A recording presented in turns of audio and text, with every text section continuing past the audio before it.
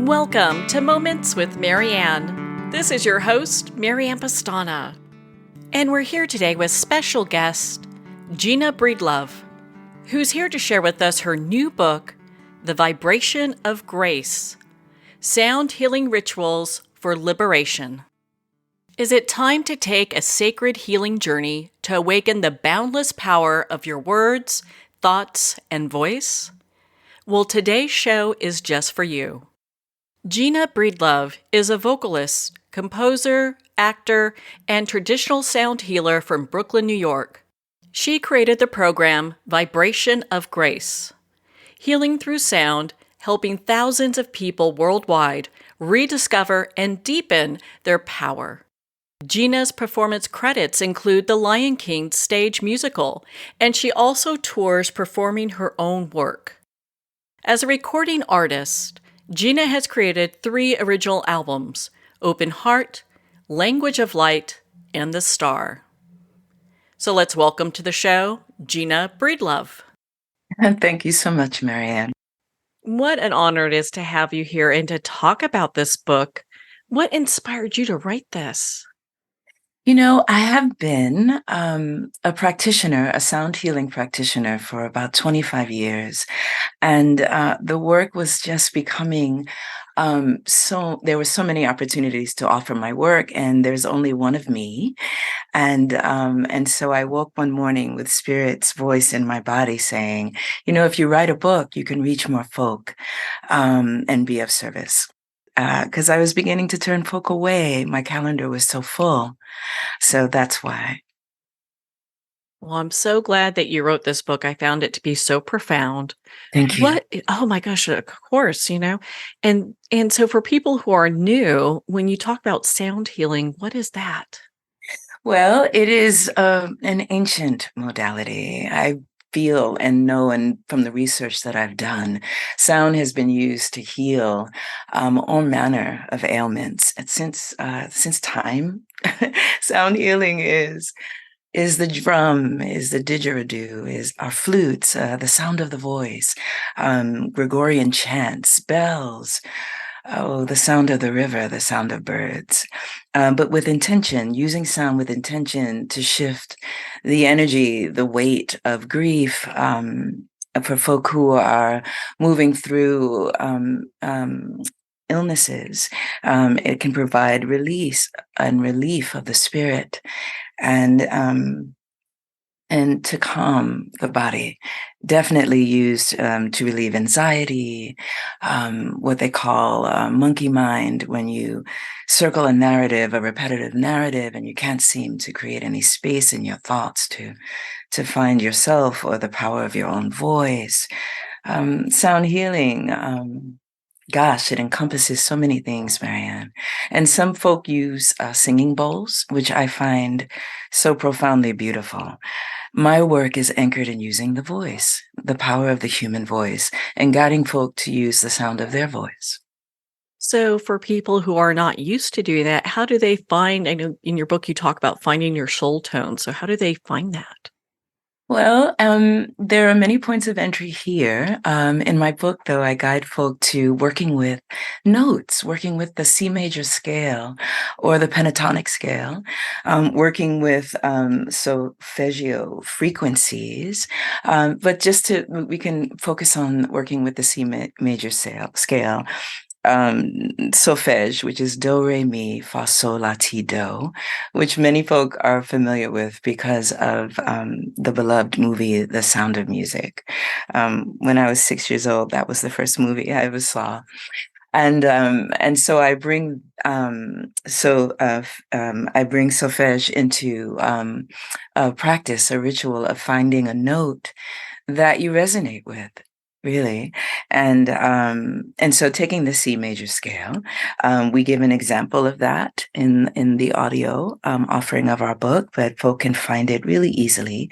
They do a little research, and it would be leaning into each note and sounding it every day and finding the note that brings an immediate sense of calm to your body, to your spirit, to your being, and then incorporating that note in your meditations, in your daily practice, in the day to day of doing, so-called menial things like shopping or driving, but humming this note to yourself, and sometimes, marrying it with a word, a high vibrational word like joy or grace or peace, toned again and again with this note.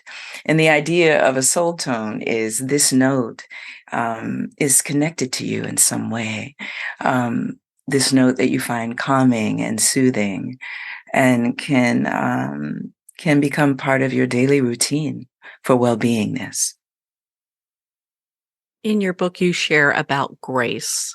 And for our listeners that may not really be familiar with it, or maybe grace seems a little bit elusive, what would grace be?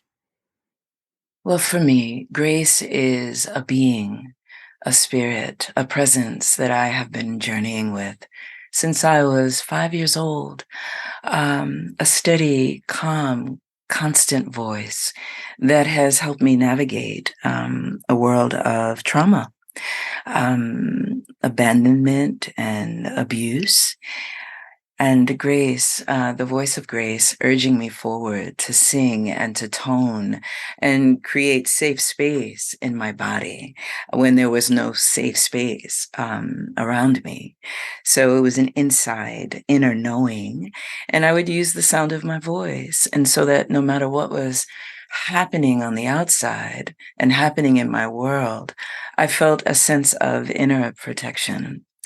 Um, a sense of peace throughout my life. And it is from this peace that I have been able to develop this practice and guide other people. Grace is a knowing, a divine knowing of love, of possibility, of community, of belonging. Grace has been um, my saving grace. Well, thank you for sharing that. And I find it to be so beautiful that you had that deep connection at such a young age. I think a lot of times when people hear the word grace, it feels like something that's kind of a disconnect outside of themselves that they're trying to obtain. Yes, grace has taught me often that, it's not a new knowing. I know that you know this, Marianne, that all that we need, all that we are seeking, we also carry. We carry everything. And I feel like so much of the time in my work, I'm guiding people back to themselves, to the reveal of their power, of their capacity, of their divinity. They're not new knowings. So many of these teachings have been around forever. This teaching that of the God in you, and that God is love, and that the I is you, but the M is community, is us all, is coexistence. And so grace is inside of every being, not just some of us, but all of us. And so these rituals in the book, these practices, help folk to find the grace in themselves. In your book, you talk about using sound to release grief. How Mhm. does someone go about doing that? Because I think that that was such a profound chapter. Thank you. Well, if you are graced to make sound, if you are able to, this book is absolutely anchored in and working with people who have access to their voices, and you can.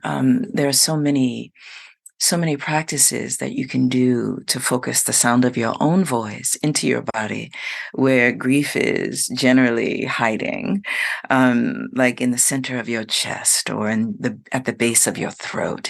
Where I've come to understand the weight of words or the weight of the unsaid is generally stuck in the throat area. Um, so there's humming, there's toning. We work with toning syllables We work with toning notes. We work with toning the sound of your own name. But humming is my favorite practice for finding grief, for leaning into grief, and for allowing a pathway of grief out of the body. My grandmother used to hum, and there was a different hum for every feeling that she was moving through. Like you knew when you were not supposed to, go into the kitchen when she was humming and cooking, and you knew when she was moving through some sorrow. And humming and focusing on what it is that you are carrying or what it is that is causing grief in your body, then leaning into it with the sound of your voice, with your hum, creates an opportunity often for you to begin to cry. I encourage wailing. I talk about rituals around wailing in the book, crying with sound, crying with energy, crying with abandon, really finding your way into sourcing, into tapping where that well of grief may be and allowing it, grief letting rituals, allowing it to exit your body. And, in the book also, we guide folk to creating the opportunity, creating the conditions, right? So making sure that you have prepared a meal and that you have tea or water and that you are connecting with people that you love and asking them to check in on you and letting them know that you're about to do this practice. It is my intention to normalize grief, releasing grief in our communities. And humming and sounding is one way to do that. And also, if you don't feel like you have access to your voice, there's that favorite song that you put on repeat that every time it gets to the chorus, you find yourself moved to tears and you begin to move what you've been holding. Yeah, sound. Sound is a beautiful medicine. My goodness, it sure is. And knowing your book, you talk also about the power of our words. And Yes. I'd love for you to share about that with our listeners. Oh, my father taught me and his mother taught him that words are things. Words have weight. There's a meaning. There is the activation of your sound wrapped around the word, the power of your intention, the words that we choose. I have a teacher, his name is Joseph Royale, and he wrote this beautiful book called Sound and Being. And my teacher says that if we could see how words land on the body, how a word of love, lands on the skin, and how it creates like all of this beautiful light and like virtually like flowers, like things budding and blooming. If I tell you that I love you, if I tell you that you're wonderful, if I praise or lift or support you in some way, and if we could see it, if we could see the alchemy of it on the skin, that we would choose our words so carefully in moments of anger. Because of course the opposite is also true. A harsh word can tear at our being. A harsh word enters the porousness. I mean, we have thousands of pores that cover the skin. And of course, in science, there are exit points for sweat and oil and entry points for water and oxygen, but also for sound, for vibration, for intentionality. And the words that we say and hurl at each other create much harm. I have a daughter, I have grandchildren as well, but I used to see evidence of this in my daughter. Like if I was not careful with my disciplining, I could see the effect immediately on her beingness, on her very stature, on how she would hold her body. It taught me the alchemy of true apology. And it taught me to be more careful with her and with others and with myself, narratives, the weight of a narrative. Am I nourishing myself with thoughts of possibility, of love, of loving myself forward? Or am I tearing myself down with you never and you always, and words that harm and that hamper and impede my progress, my pace, whatever it is I'm reaching for in the world at any given moment? So sound and word, we talk about how to practice choosing the word and understanding that every time you speak, you are opening something. I love the word portals. It's one of my favorite words. Every time I speak, I know I'm creating something in the world and in myself. What a beautiful perspective, and what a different world this would be if people looked at how their words actually create. Oh, thank you for explaining that. On that note, we're going to pause here for a quick break. We've been speaking with Gina Breedlove in regards to her new book, The Vibration of Grace. We'll be right back after these messages from our sponsors. Are you an actor, public speaker, or an executive telling your story over Zoom? Jean-Louis Rodrigue and Scott Weintraub's new book, Back to the Body, takes the process they use to coach top Hollywood talent like Margot Robbie, Jack Black, and Ke Huy Quan and makes it available to everyone. Using your body and its energy as a point of departure, your work will gain an enhanced level of performance and depth. Back to the Body, available on Amazon and wherever books are sold. Every day, pets are surrendered and abandoned. For these helpless and hurting animals, Paws Humane Society acts as a voice for the voiceless, providing hope for a brighter future. You can make a difference in the life of a shelter pet. Become a humane hero today. Just $10 a month will provide much-needed food, shelter, medical care, and love. It takes a community. It takes heroes like you. Together we can. Together we will. Together we are Paws Humane. Visit pawshumane.org to be a hero in every animal story. What if everything we think we know about addiction, depression, anxiety, and trauma is missing the one key element that will actually let you walk away from them for good? My name's Bob Gardner, founder of The Freedom Specialist and creator of a body-based approach that eliminates suffering and creates happiness, health, and well-being on autopilot. You can read all about it in my book, Built for Freedom, or start your own adventure toward lasting freedom at thefreedomspecialist.com.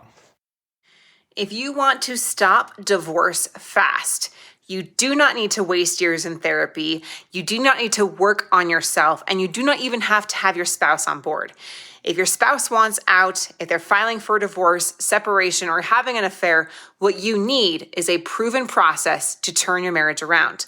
Book a free breakthrough session with us at highthrivecoaching.com/apply. Dr. Richard London, who has 25 years of experience being known as the Man of Steel with the Heart of Velvet, presents the Life Wellness System, The Road to Yes, a mentoring system that brings you to becoming a wellness heir. Imagine having wealth, wellness, love, peace, and spirituality in abundance and balance now. Visit doctorateoflife.com or call 720-213-8021 for a free 15-minute wellness evaluation. The first thing you need to know about me is that I love my kids, but they are not my everything. They used to be, but that's when my entire life fell apart. In order to pick back up the pieces, I had to put the love I have for myself before everything else, including my kids. I'm Jessica Dennehy, and I own multiple businesses. I'm a best-selling author, and I have all the strategies that I've used to make my life what it is today. And I'm going to teach you how to do them in my new book, Selfish is a Superpower. So go get your copy today on Barnes & Noble or jessicadennehy.com. Announcing a revolutionary tool for wellness. Scalar Light has the ability to enhance and harmonize your own bioenergies. With Scalar Light, you can get started in just minutes and begin feeling better the very next day. Scalar Light is a remote energy that gently and subtly works with your own body's bioenergies, increases pro-cellular wellness, and enhances your body's immunity. Experience the benefits of Scalar Light. Try a complimentary 15-day experience at scalarlight.com. In your hands lie ancestral patterns. These patterns shape how you think, what you struggle with, and experiences you love, your life pattern. We're going into the latest neuroscience of biological hand analysis, a realm beyond palmistry where science and the soul entwine. Hand analysis is the latest method to transform lifelong patterns. I'm Master Hand Analyst Brent Bruning. Join us and visit thepowerinyourhands.com.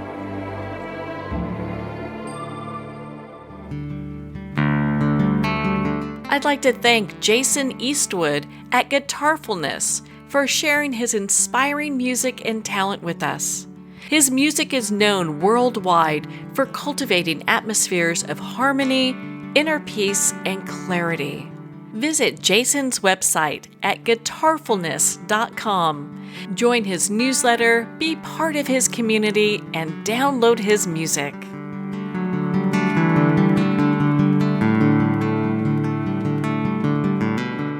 Welcome back to Moments with Marianne. We're here today with special guest, Gina Breedlove, in regards to her new book, The Vibration of Grace, Sound Healing Rituals for Liberation. Before we left for break, we were talking about the power that our thoughts, our voice, and our words carry.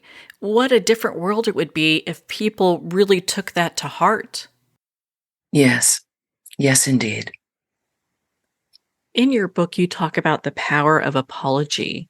Mm-hmm. I'd love for you to share that with our listeners because I found that to be just a really empowering piece as well.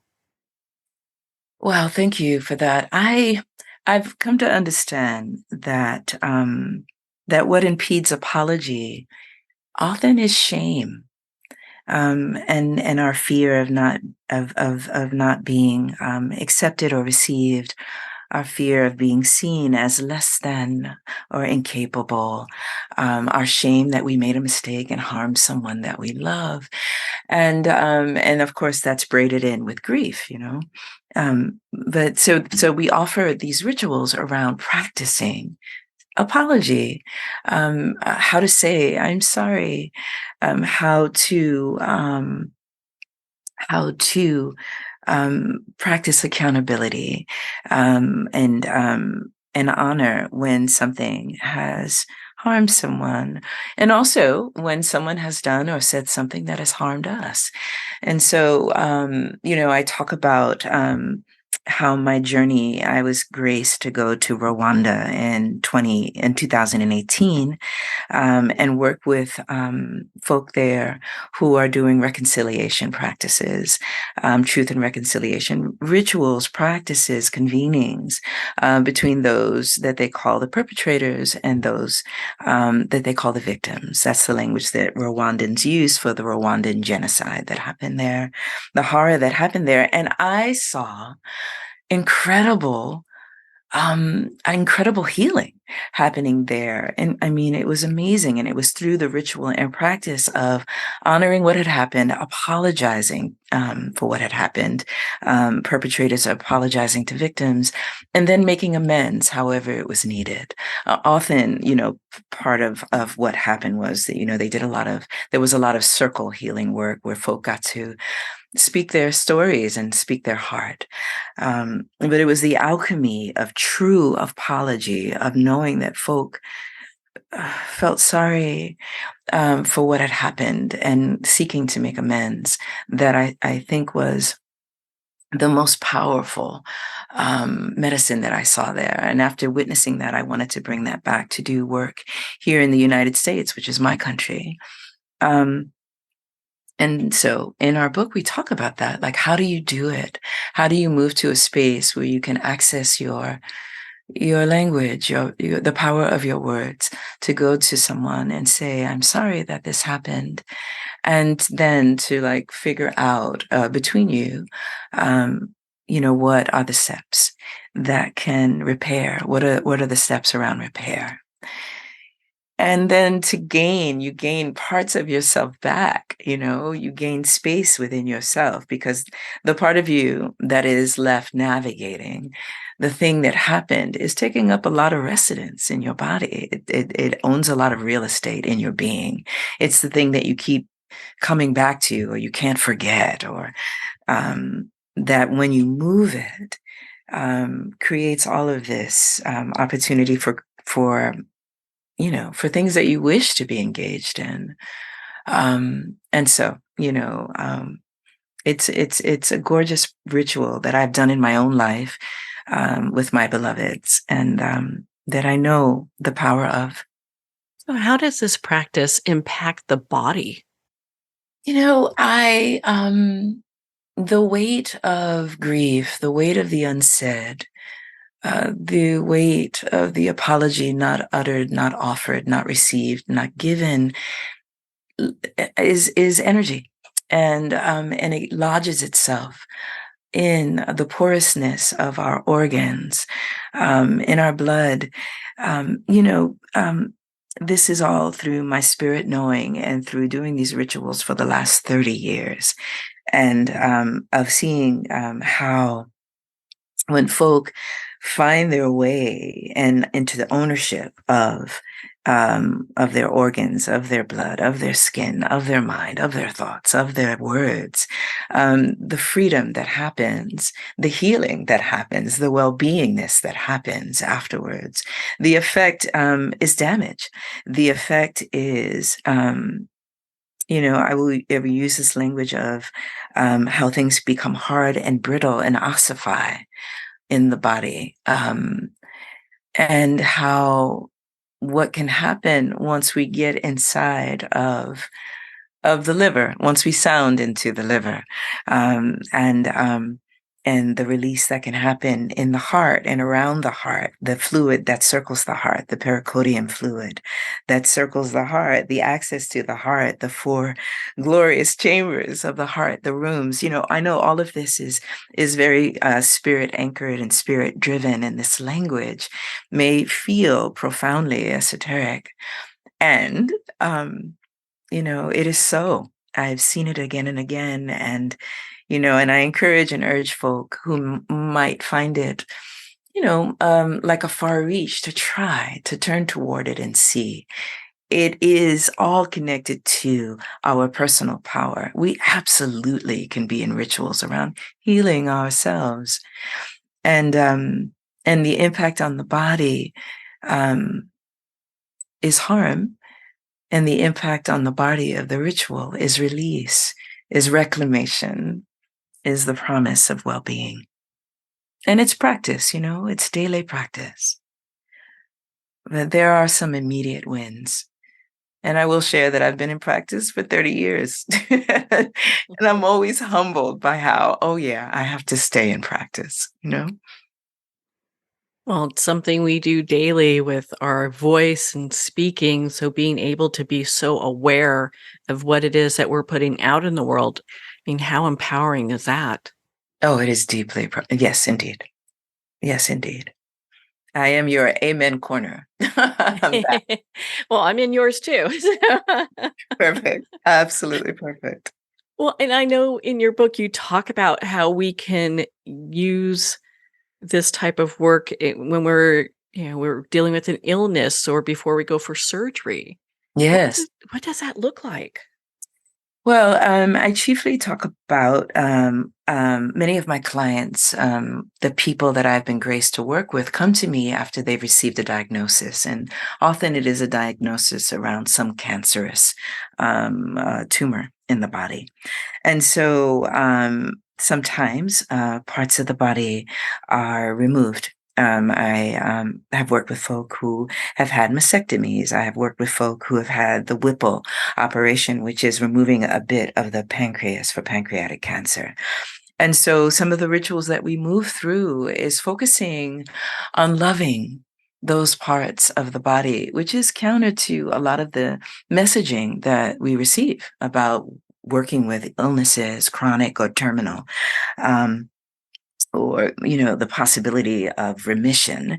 A lot of the messaging that my folk come to me with are, this notion of forgive me for the language, cancer, which is often an energetic that is focused on the part of the body that is working with the disease. Now that is counterintuitive to me. Like if I am going to talk about my pancreas in such a way it is like I'm angry with my pancreas. And it's hard to distinguish or make the delineation between the cancerous tumor and the fact that it is on my pancreas. So in our rituals, what we do is we put that practice aside and turn the anger into action, into actualizing rituals and practices that love my pancreas, this is something that is passing through. So we will isolate it with my voice around I am well, chanting affirmations, sounds, directing particular songs toward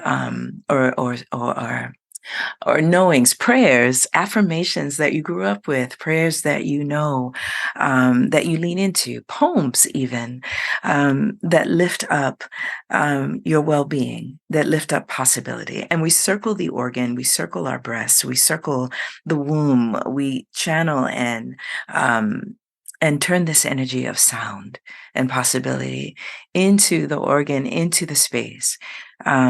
And we know our well-being. And we also bring visioning into this. We vision the sound of our voices moving through these places that are dealing with disease. And we place our energy there. And so to prepare for surgery, it's a lot of practice daily, sometimes, often throughout the day, of sounding into the area and preparing it. And also then, of course, like blessing the hands of the surgeon and all those in the room that will be performing the operation that we know is going to make us well, that we know is going to help us to be better and to live strong. What an empowering way to view different practices or medical procedures that we are having to go through. I know a lot of times people will start feeling very negative when a diagnosis is given, and now we're preparing for a surgery to deal with that. So to put somebody in a mindset that is actually empowering their journey, I mean, how just impactful that is. Yeah, absolutely. I mean, it's it's a process, right? Like first you have to have your grief. It's terrifying to receive a diagnosis of pancreatic cancer. I had a beloved and walked beside a beloved in that journey. It's terrifying. You must weep, you must wail, you must move through all of your fear before you can get to a space of holding yourself in possibility. They do not oppose each other, these rituals of wailing and also knowing and affirming and preparing yourself in ways that are more about glory and more about living and affirming your life. Yes, so it is absolutely important and to have all of your feels around what is happening. And then, though, to keep firmly planting yourself in possibility. And sometimes you'll have all of those feelings in an hour, but to stay in practice with it, to keep speaking the good word about what is possible into your own body. I think that's so important. One of the things I was so impressed with your book is, and we've kind of talked about this a little bit ago, but in regards to when we talk about grief, do people sometimes feel like if they get to this point of wailing, because Americans and Westerners are so used to bottling up grief, that maybe they won't be able to get to this place where things normalize? Yes, I encounter that often. The sentiment is, what if I can't stop? What if I can't stop crying? And in my 25 years, almost actually 30 years of practice, I've never seen that. I have seen days of grief letting. You have to prepare and create the conditions so that you can keep moving it. I have seen that. But I've always seen folk get to a place of practice where when they feel sad, they cry. It's like remembering being a child, being a small child, that, you cry. That's an organic response to grief. It's an organic response, often to disappointment or sadness. It's not like we're buying beachfront property in grief. We're not pitching a tent to stay there forever. We're just incorporating it into our lives as something that is as normal and as important as breathing, as laughter is, as nourishing the body with water or food. Grieving is an organic response to loss. And so, I would say grief is not inexhaustible. I would say stay in the practice. Know that, that after a while, a commercial, any commercial that has a baby toddling toward its grandparents is going to probably make you cry. Like, you will become much more porous. But after a while, it will just feel like more of a balanced way of being in the world, allowing. And I'm not saying that I know, from personal experience, this is not an easy practice, but it is completely fulfilling and actually vital to being, vital to wellness. It's imperative. Well, Gina, we could talk for hours. I just loved your book. Where can our listeners connect with you and be part of your community and learn more about your work? Thank you, Marianne, and thank you so much for this time today. My website has everything there. It's ginabreedlove.com. And, I'm going to be offering a 21-day community practice taken from my book, 21 Days of Ritual, where everyone can be a part of it. It's happening the first new moon in January 11th, 2024. For 21 days, we will practice together and do the 21-day practice. And there'll be so many more offerings there. I'm going to be on the road soon, so where I'll be, we'll be there. I'm just excited for the opportunity to share this good medicine and with wider community. Well, Gina, thank you so much for taking the time to be on the show with us here today. And thank you. Be well. Well, thank you, Gina Breedlove. It has been such an honor to spend this time with you and to talk about your new book, The Vibration of Grace: Sound Healing Rituals for Liberation. The Vibration of Grace is available Amazon, Barnes & Noble, and all indie retailers. Remember, support our indie bookstores. You can also purchase this book directly from the publisher Sounds True at soundstrue.com. Make sure to visit Gina Breedlove's website at ginabreedlove.com. Be part of her community and learn more about this amazing book. Well, we're at the end of our time today. I'd like to thank everyone for tuning in. You've been listening to Moments with Marianne, where we make every moment count.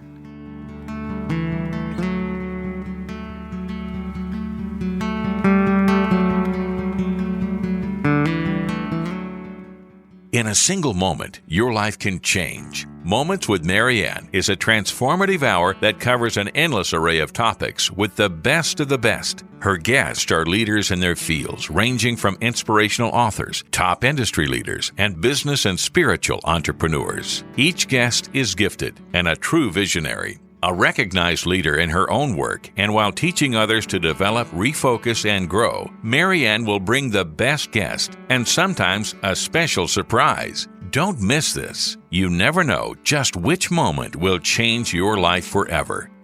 Make sure to tune in and visit momentswithmarianne.com for more information.